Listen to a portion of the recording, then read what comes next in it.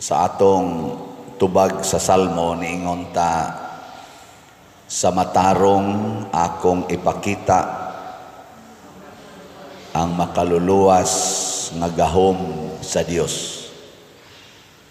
Sige tagpangayog kaluwasan sa bisan unsang aspeto sa atong kinabuhi, kaluwasan gikan sa financial problem, kaluwasan gikan sa atong mga sakit, kaluwasan gikan sa atong mga moral problems, kaluwasan gikan sa atong kagubot, gubat, kaluwasan gikan aning mga katalagman, mga linog, bagyo, ug uban pang mga makadaot nato.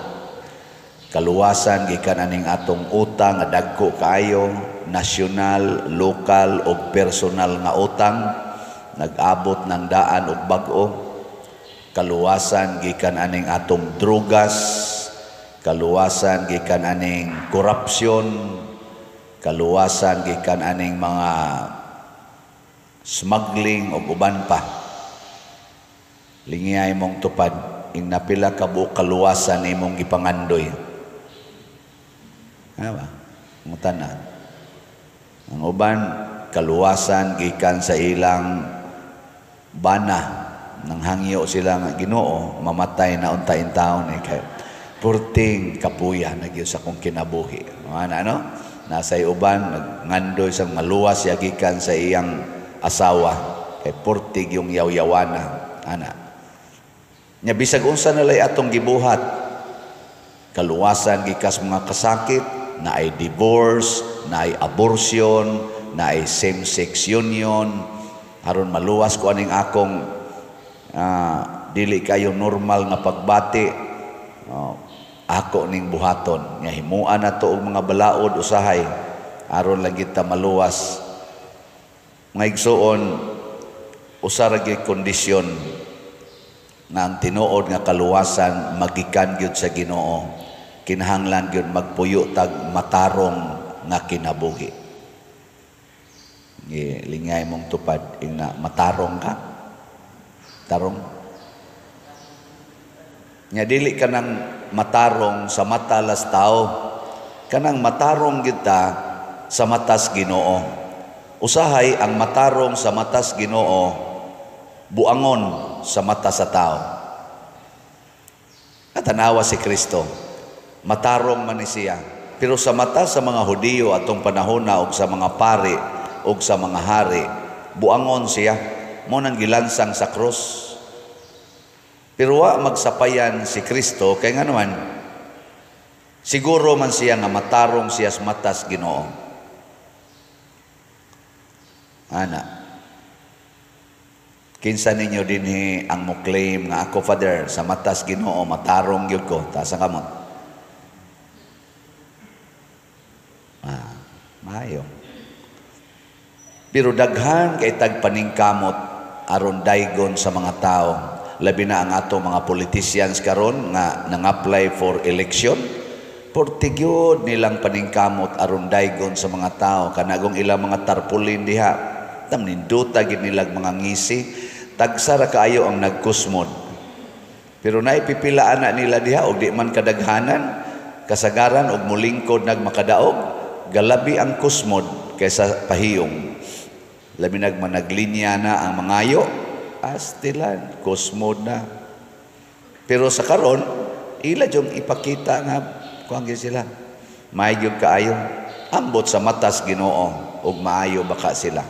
Nakaron kinsa may maayo sa matas Ginoo, sa unang pagbasa gibutang dinhi nga sa gibutang dire, panghugas kamo og hinluin ninyo ang inyong kaugalingon hunong na sa pagbuhat og dautan og buhata ang maayo, patunhaya ang hustisya. Hustisya. Kumusta mga leaders na turon sa atong nasod? Gipatunhay ba ang hustisya? Labi na gyud ang hustisya sa mga masakiton nga iagi sa PhilHealth. Hustisya ba nga i-zero budget ang PhilHealth karong tuiga?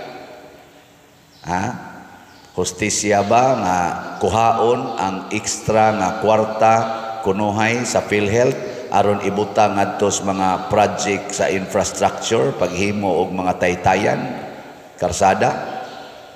Hustisya na. Hustisya ba nga ang atong former President Rodrigo Duterte idali-dali yung pada ngadto sa ICC bisan wa gani maklaro og agi dinhi ang kanani ang gitawag natong due process sa iyang pagkaaresto? Hustisya ba? Ipatunhay ang hustisya. Nya dayon tabangi ang mga gidaog-daog. Kinsa maroy gidaog-daog sa atong nasod? Ambot lang ninyo. Panalipdi ang mga ilo ug labani ang mga biyuda. Pasabot ang unang matarong sa matas Ginoo mao gyud tong mga tao nga maningkamot pagpatunhay sa tawhanong katungod, human right o dili mohimong panaog-daog. Mao bitaw na karon na nagkagubot ang reaksyon sa tao sa nahitabo ning pagdakop o pagpadala dayon ngadto sa ICC nga korte dito sa Hague, Netherlands ni Presidente Rodrigo Duterte kay ang accusation gud niya crime against humanity. Crime against humanity. O kung sa maning crime against humanity ang iyang EJK kuno. Pero gikan atong tuig 2011 matud pas mga balita nga naa man na diha gikonfirma na sa mga batid nga mga lawyers na ana sa atong social media sa ilang mga giistorya higo ra man kong maminaw og mo mamalandong gikan atong kay ang kaso dihang gipasakan niya gikan man atong 2011 hangtod 2019 nya dito sa record sa ICC pagbasa doon na kunoy iyang gipatay sa EJK nga mga 43 kabuok tao niya gitawag na nag-crimes against humanity. Mo bitang na ni-react nga lawyer kadtong atong mga kaubang mga kapulisan kadtong gipatay kadtong gitawag SAP 44 pulis mga pulis gyud to nga gisugo og usa ka misyon hurot gyud kamatay. Aw nahurot ba to nay usa Aw lagi ang 44 mo namatay, ang usar ka ikyas. Dili dito crimes against humanity. Unya usar to kaadlaw, wa kasadpi sa adlaw hurot na sila kamatay. Nya kanini sud sa 8 ka tuig 43 ka buok namatay nga gi-allege pa nga namatay tungod sa naay drug addict, na asay drug pushers nga namatay ani. Aning ni ang komposisyon aning kuan drug addicts o drug pushers. Unya gitawag na crimes against humanity. Samtang ang mga pulis nga nangamatay atong SAP 44, ang mga pulis nga giambusan sa mga NPE o sa mga MILF o mga Abu Sayyaf, di na crimes against humanity. Nganong wa man na pakialami sa ICC. Ug nganong wa man sa naikiha dito sa ICC. Di ba? So, sa mata sa tao, mahimo natong lipat-lipaton ang atong katawhan. Pero sa mata sa Ginoo, gusto siya tinuod nga hustisya. Mao na nagkagubot karon kay wa na may klarong hustisya. Nya giunsa man pagtratar ang atong former president. Mura sa crime against humanity karon ang ato mga leaders, mga dagko nga mga tao dinhi mamina mo social media sa reaction sa ato mga Solicitor General, mga DOJ, Supreme Court, mga lawyers, lain-lain sila na ay mo pabor nga legal kuno ang kadtong pagpadala ni President Duterte, ang pag-arrest o ang pagpadala, nasa mo ingon illegal. Naasan sila yung mga gibasihan na yung mga statutes illegal, nasa iban ingon legal. Maglalis kita basta ang atong human expertise o human kaning wisdom mo itong saligan muna mo adto gitas Ginoo. Na nangutana nako, Father, gubot kaayo ang atong mga Pilipinas, maglibog na tagkinsay atong tuhuan sa kadaghan sa mga gipanulti sa kadaghan sa informasyon diha sa social media, kinsa may atong tuhuan nga mura manig gasagol maning tanan.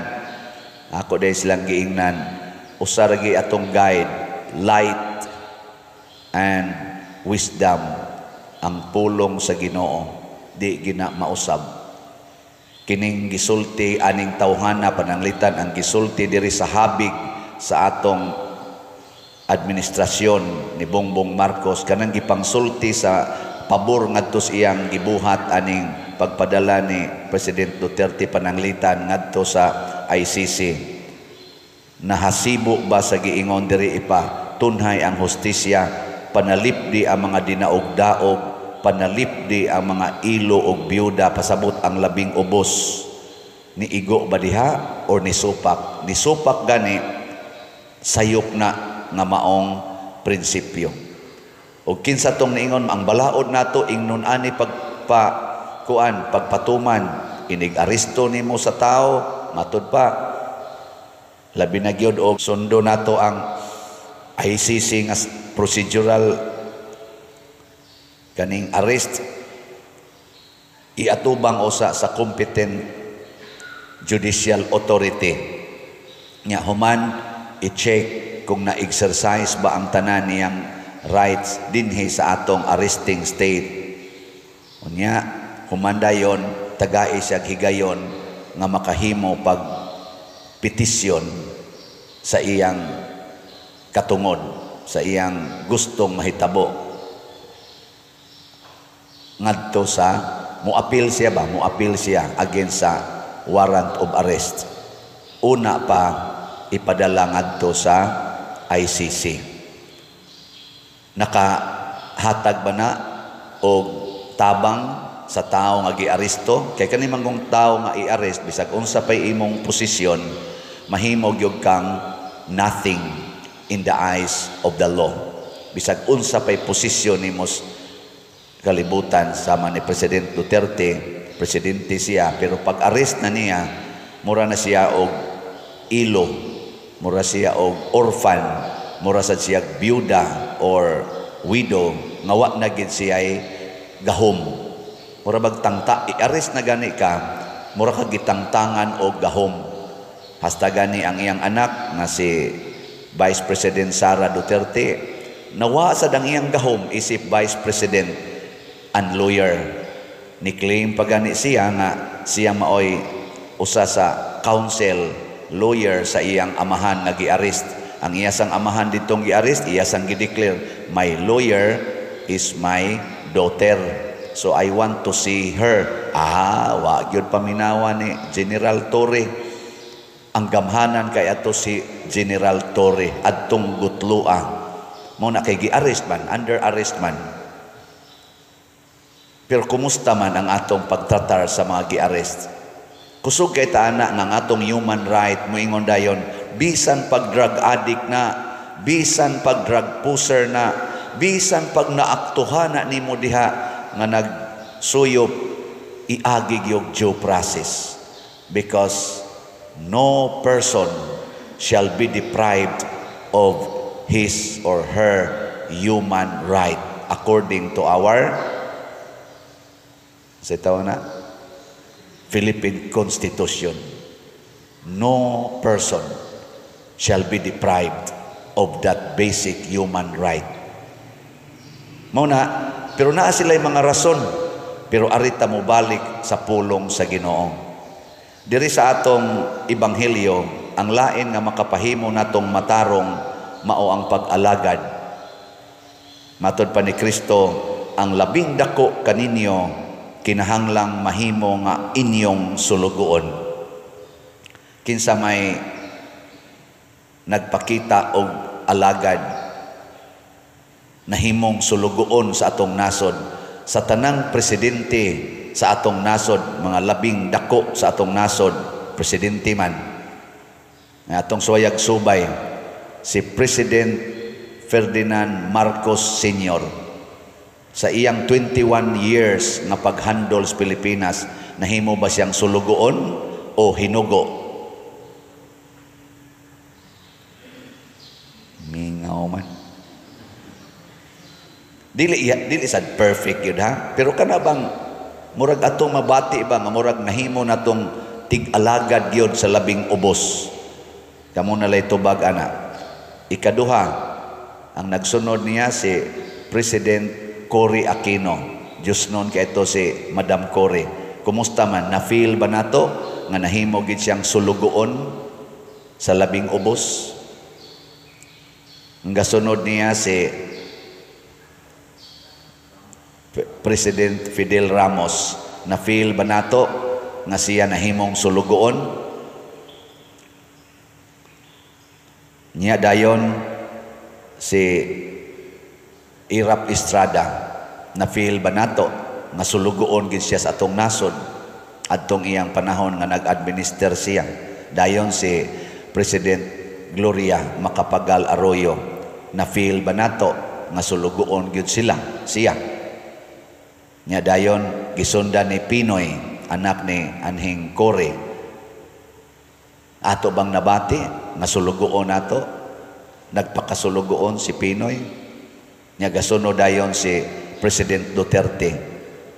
Gibati ba nato nga nahimo siyang sulugoon sa atong nasod ug sa labing ubos? Nya dayon kani si President Bongbong Marcos. Gibati ba ro nato nga sulugoon nato siya?